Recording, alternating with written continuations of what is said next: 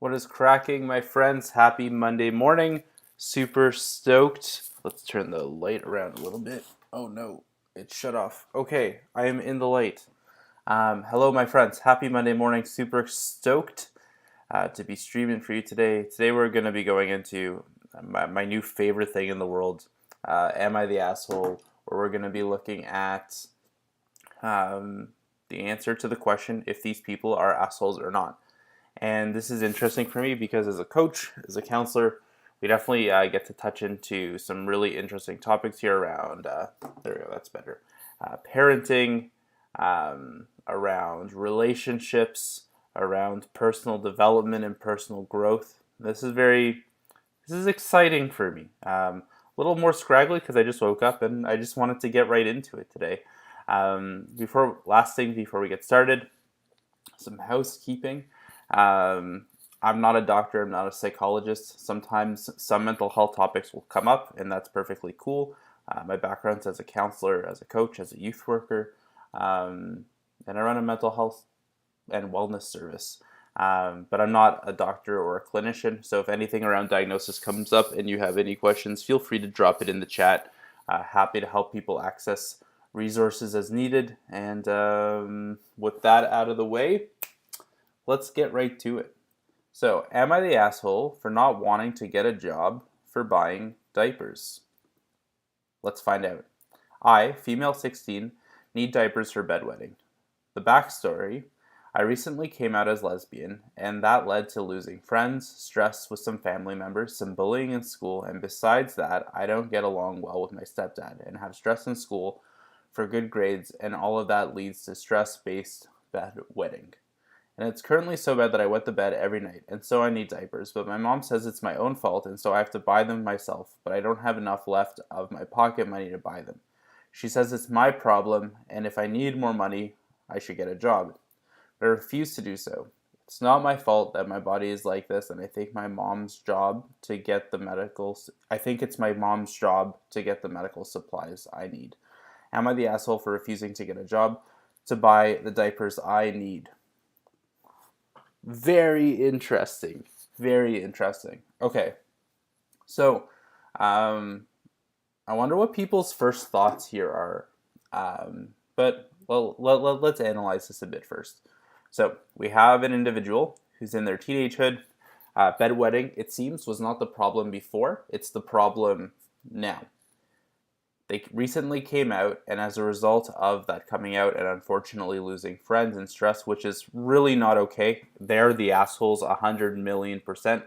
Those friends and family members and bullies who are causing struggles for something that, you just are who you are, is not okay. So let's just call that out for what it is. But as a result of that stress, which so many people in the LGBTQ2 plus community face, this resulted in stress-based bedwetting, which is actually not super uncommon, especially during adolescence. It happens to quite a few people, although, I imagine it's not like a big spoken about subject.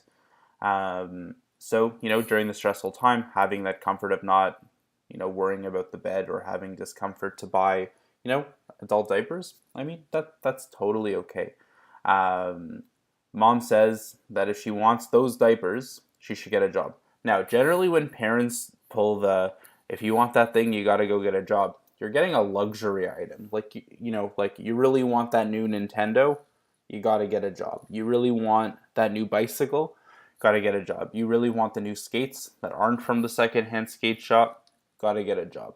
But in this case, it is a medical supply.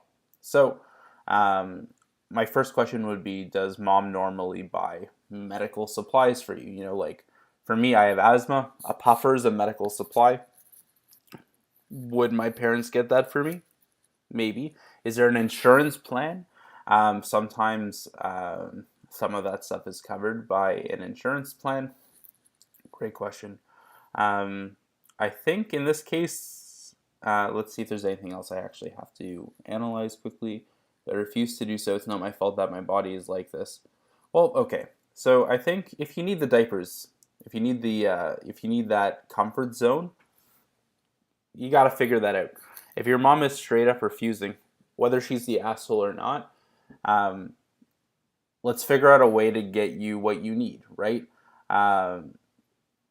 There's different like women's shelters and food banks that offer supplies for like diapers, things like shampoos and things like that, that maybe you could access as somebody who doesn't have an income.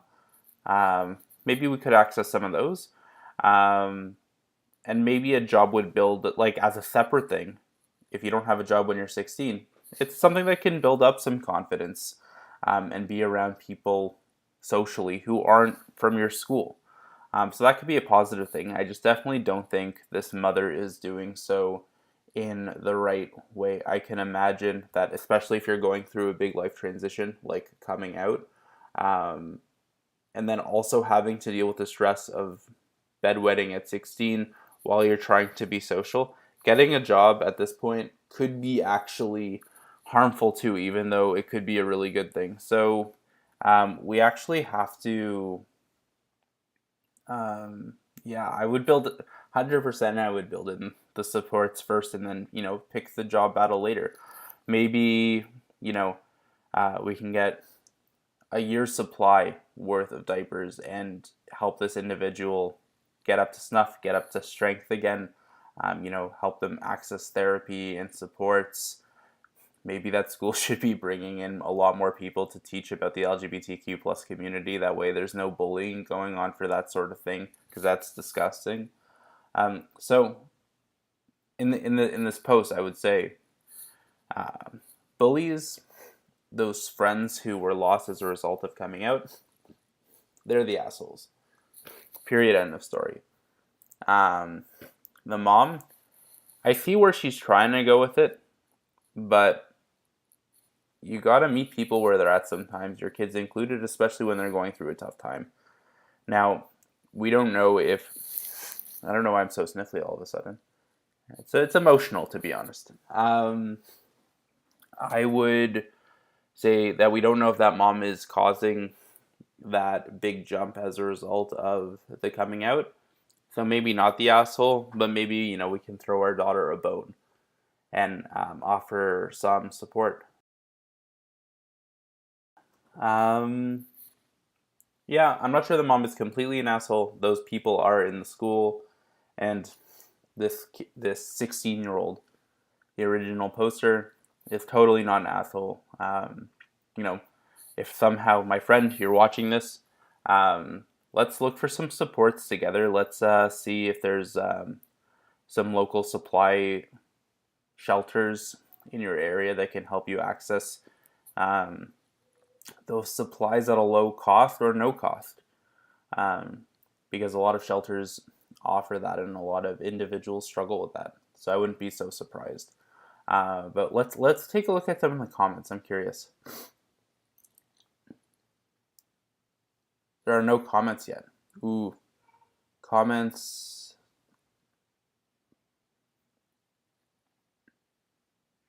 Comments are in random ordering and vote score. Okay, here we go.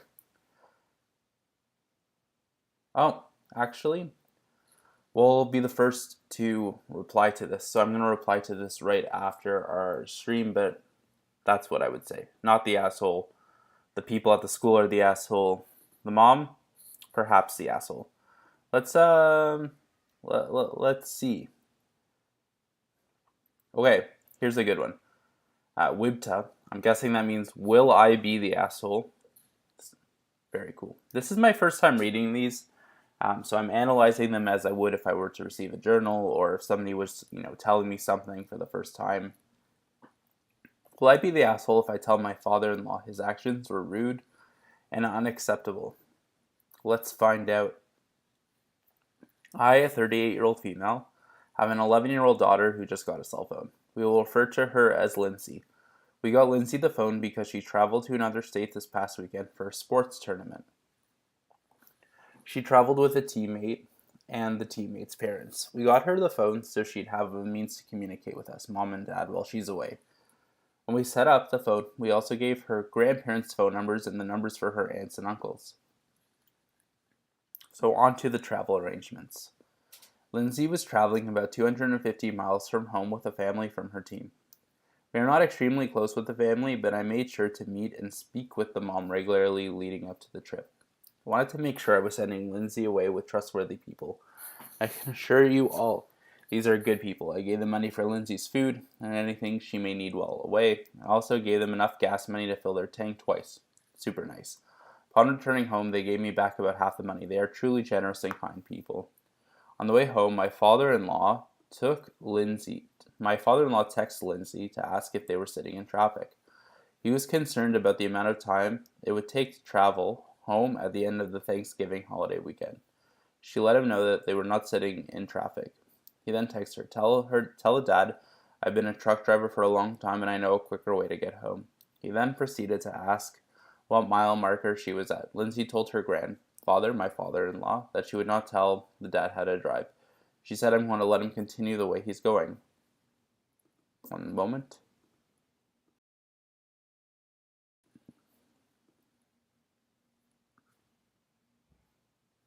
She said, I'm going to let him continue the way he's going. I'm so happy she knew better than to tell this man how to drive. Keep in mind, my father-in-law knows zero about this family. He's never met them. He doesn't even know the names. If he felt strongly about sharing directions, why didn't he tell me and my husband? You know why. Because we wouldn't have shared them. It's rude to force information on someone who didn't ask. Now, if the family asked us if we know how to avoid traffic on the holiday weekend, then I might have asked my father-in-law to share his experience. He fails to recognize there are several apps that provide maps with live traffic data. Will I be the asshole if I tell my father-in-law his actions were unacceptable? My concern is he told an 11-year-old to do something unfavorable. The family drove her to a tournament out of the kindness of their heart. He has the nerve to tell them how they should do that. What other weird shit is he going to ask her to do? He needs to know. We read all of her texts. I honestly want to block his number from her phone. Interesting. Will I be the asshole? So this means that we didn't do anything yet. We're looking to see how people respond to this, and this is a good question. So we know this family is helping the daughter out. She's on a trip. She's doing all the right things. They have a phone for her. They're in constant communication, and the parents are reading all the texts, which is pretty standard for an 11-year-old who has a phone with unlimited communication. For the first time. Not uncommon. That's a pretty a normal setup. Now the father-in-law also has the phone, this kid's grandpa, and says, tell the dad that he's been a truck driver for a long time and knows a quicker way to get home. The granddaughter, the kid in the situation, says, I won't feel comfortable doing that. And did the grandfather... I'm going to let him continue the way he's driving. So not really anything, no fight with the grandpa, but the mom is upset about this. Will I be the asshole to tell the father-in-law his actions were unacceptable?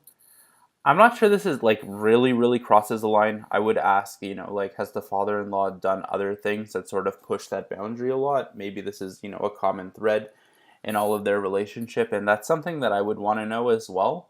But will you be the asshole if you tell the father-in-law his actions are unacceptable?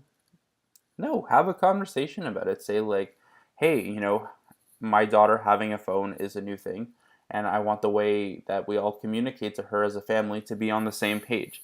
And by that I mean that, we talk to her like this.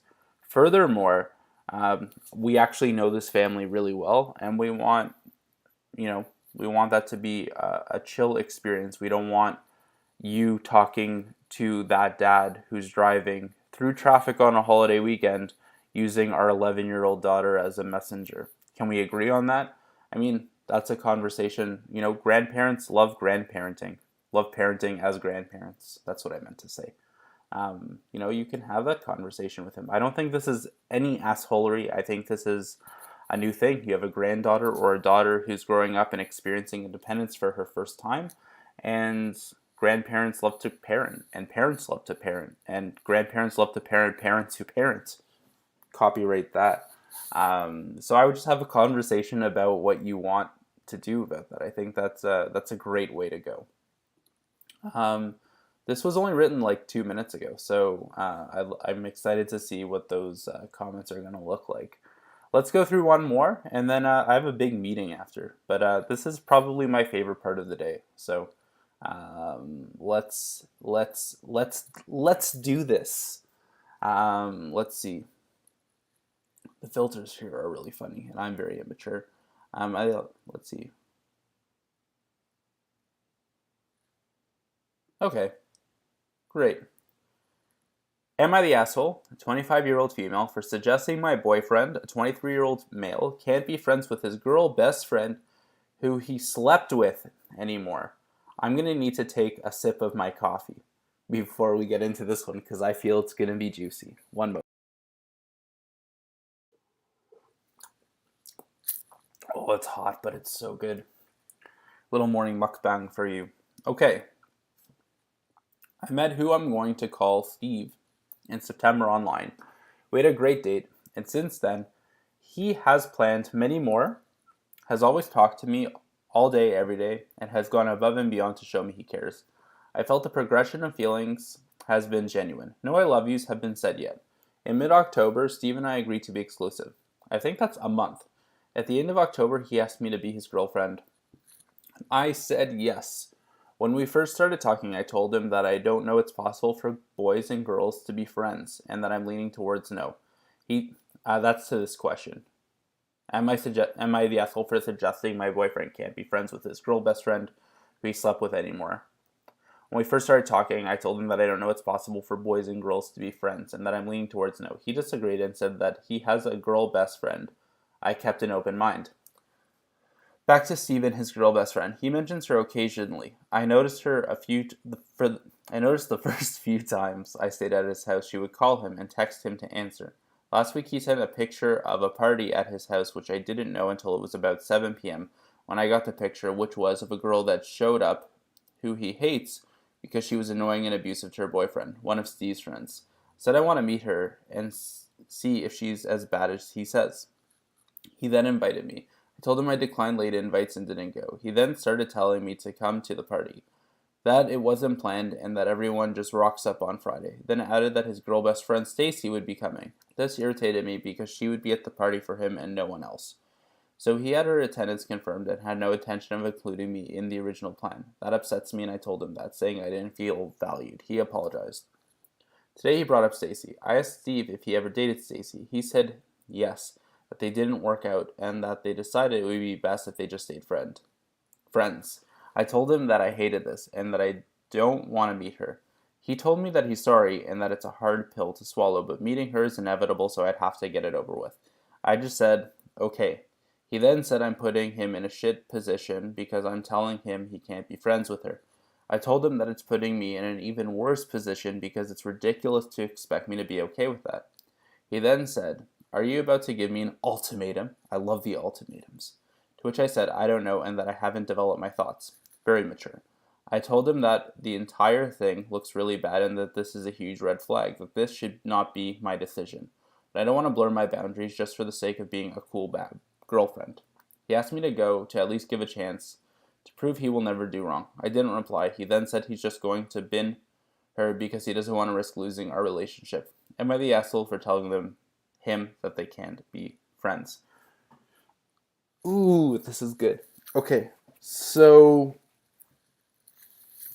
this is a common problem that comes up a lot because lots of relationships happen at a certain period in time, and before, during, and after that time, you're still a person who makes friends. And lots of men are friends with lots of women in any sort of relationship. This is not an uncommon thing. But what is common is that when we're in relationships, we tend to have a jealousy of people who are around us dating the opposite sex in a cis relationship. In this case, we have a new relationship. I mean, it's been a month, maybe 2 months by the point of the party, where Steve and the original poster are now boyfriend and girlfriend. They're exclusive, but Steve has this best friend who is Stacy, and they have dated. So does the original poster have a right to be jealous? I mean, that's a super common feeling, and it's a normal feeling, and that's something they can talk about, and they are talking about it. And even to the point where the original poster said that she hasn't developed her thoughts yet, which I thought was really interesting and super cool. She didn't just jump to the fight, she wanted to develop her thoughts to come up with something that makes sense to her and how she's feeling. Um, but without having a conversation, Steve just dumped Stacy. So after they stop working as a relationship, they're at this party.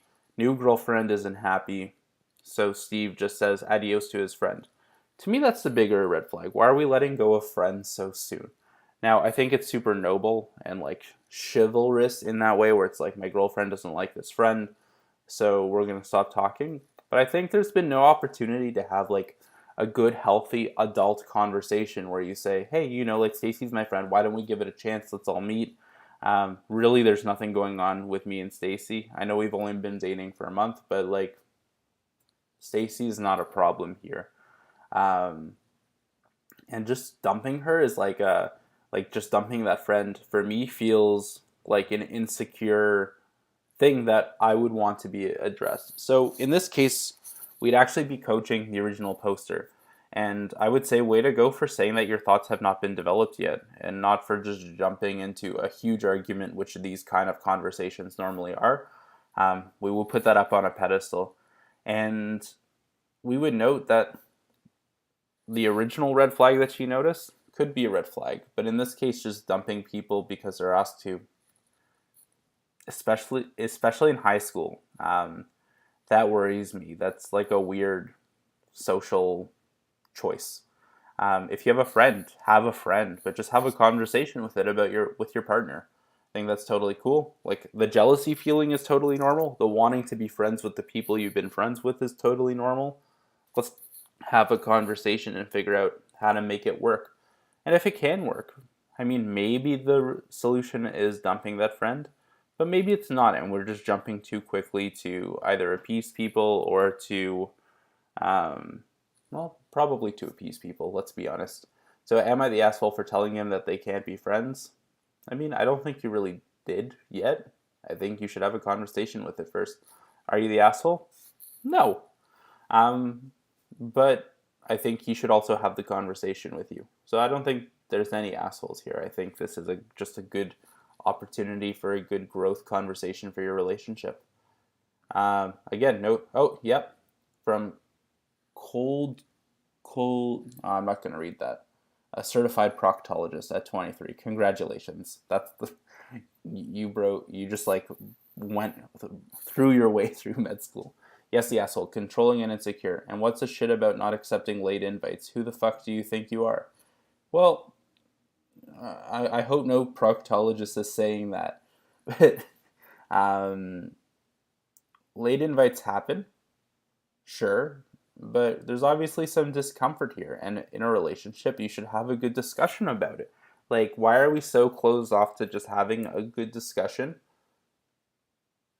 with a partner? Why does it have to be so black and white in that way? I think relationships are filled with gray, and the more conversations you have about them, make all the gray acceptable, or at least conversationable. I made up a word. It's not even 8:30 yet. But I don't think there's any assholes here. I think it's just like, again, they're in high school. Are they in high school? Oh, 25 and 23. Just got out of university. I take back all the high school everything.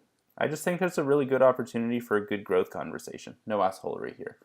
I want to thank you all for joining the stream. This was a lot of fun.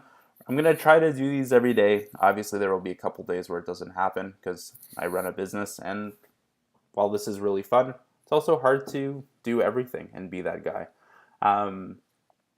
If you or anyone you know is looking for coaching, check out thejournalthattalksback.com. Our website's a little funky right now, but I'm going to be launching a new website very, very, very soon.